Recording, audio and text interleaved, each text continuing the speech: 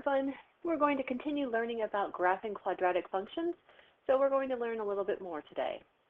Here's our quadratic in standard form, and you have y equals ax squared plus bx plus c. The a letter will let us know how wide or how thin our parabola will look.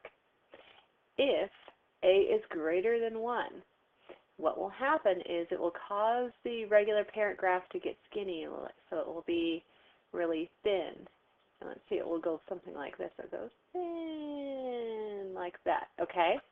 And if the a value is less than 1, in other words, a fraction, then it will cause it to get wider, so it will go ooh, like that. It won't drop down. That's my mistake with drawing, but it's going to get wider. All right. Now, one of the other things that we can learn, because we've kind of already learned that before, is where to find the axis of symmetry. See this line going right through the middle of our parabola? That is called the axis of symmetry because on either side it's symmetrical. How do you get it? You go ahead and you take, let's see, the b value, an opposite b, so it's negative b all over 2a. And you just kind of have to memorize that. Here's the a value. So you would do 2 times whatever number's out in front on the bottom, and whatever the b value is right here next to that x, you have to make the opposite of it. And that gets you x equals whatever the axis of symmetry is. All right, so let's take a practice look at that. All right, let's take a look at this problem. Now, if we want to know the axis of symmetry for the graph, we simply take the b value, which is a 12, a positive 12. So we're going to write negative 12 because we have to do opposite b. And then we go ahead and we look at the bottom, and it says put 2 times a. So I'll write it out this time. We have 2, and the a value is always sitting right out in front here. It's negative 2.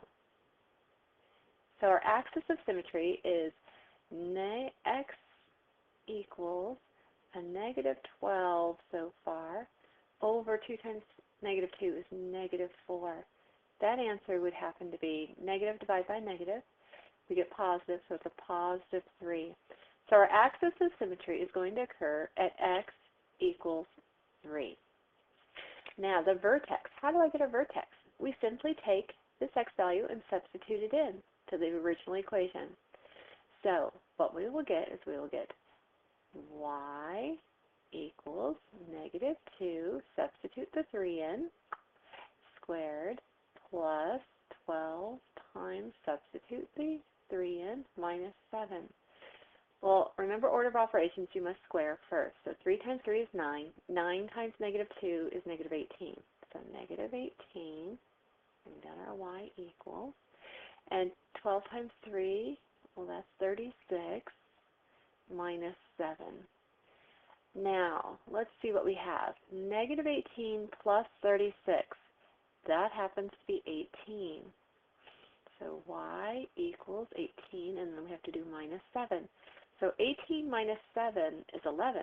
So y equals 11. So where will this vertex be? It's going to be the x value is 3, the y value is 11. So the vertex is at 3, 11. That will be our vertex. All right, so let's see what that would look like. Let me switch slides. And let's see if this has it on there. The vertex is 3, 11. Done. Yay. All right. Now, here's one for you to practice. First of all, you're going to find the axis of symmetry and the vertex of the graph for this quadratic. Remember, axis of symmetry will be negative b or opposite b over 2a. Your vertex, you simply substitute in your x value to get your y. Pause the video and give it a try. Welcome back. I'm just going to go ahead and really quickly write through this one so that we make sure that you guys have this. Negative b would be a positive 2 because this is your b value. Over 2a, a happens to be 1, so 2 times 1 is 2. And remember, this is x equals. And so x equals 1. So our axis of symmetry is x equals 1. Now let's find the vertex.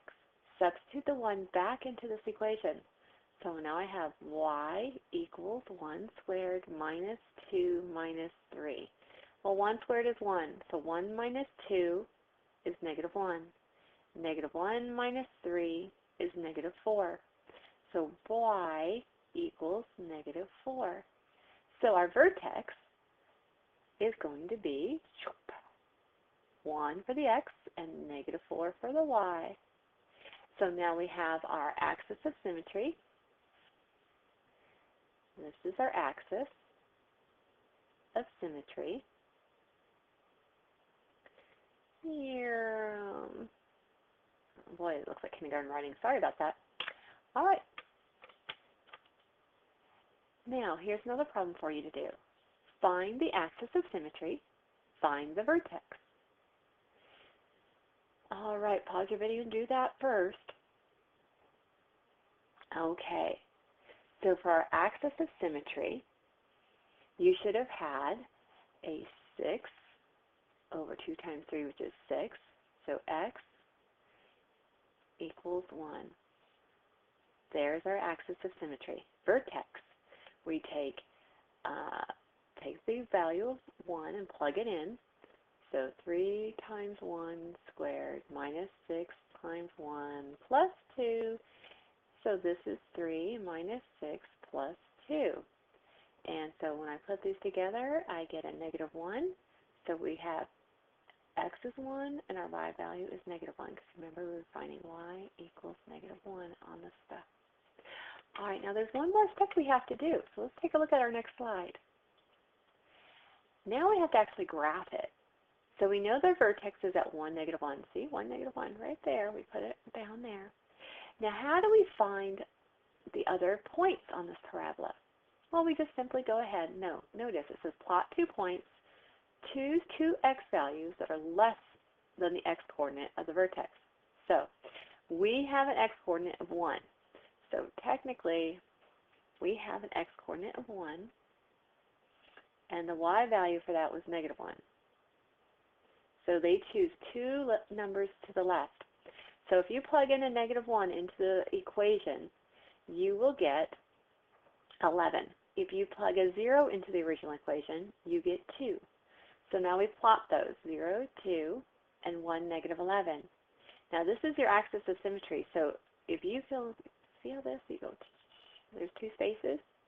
There's going to be 2 spaces, and guess what? You can plot the other side. This is what it means by reflect the points plotted across the axis of symmetry. See how we have this?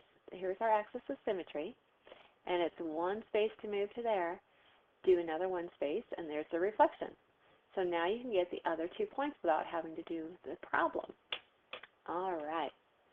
Let's take a look at the next question. I would like you guys to try this one. Graph the function. Now remember, you have to label your vertex and axis of symmetry, then take 2 points to the left of the axis of symmetry and plug them into the formula to get your y values.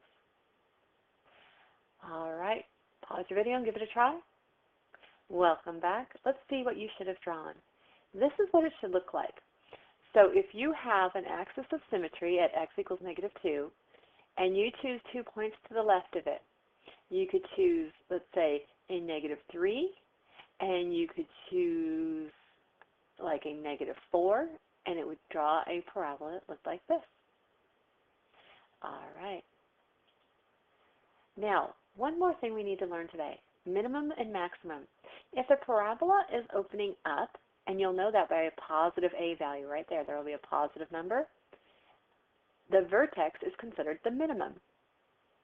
Now, if you have a parabola opening down, and you'll know that by seeing right here, this number in front of the x squared will be negative, then the vertex is considered the maximum.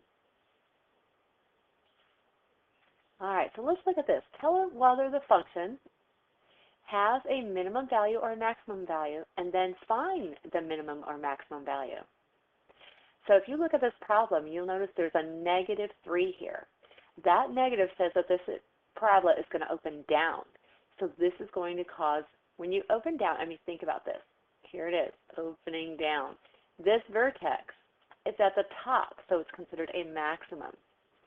So this is going to get us a maximum. So since A is -3, it's below 0, it's going to open down, and it's going to be a maximum value. Let's find the vertex so we actually know what the maximum value is. So we do -b over 2a, we substitute our numbers in, and as we substitute in the -12, or -12, 2 times -3, then we will get, minus -12, that should be +12. You will get a -2 as your possible answer. So if you take -2 and substitute it into the original equation, you get your y value, and that's 22. So we have -2, 22, and that will be considered our maximum value. Now notice they write in this kind of format, which is kind of interesting. They take the x value and plug it in here and say f of -2 equals 22. Does that mean the same thing as -2, 22 is our maximum value? Yes. This is one way to show it. All right. So basically, in order to tell if it's minimum or maximum, you look at the number in front, and then you find the actual axis of symmetry. Then you find the vertex, and the vertex is considered your maximum or your minimum. All right, take a look at this question. Make sure you look at the function, look at the a value, and decide if this is maximum or minimum, and then find the actual maximum or minimum by finding the vertex. Pause your video, give it a try. Welcome back.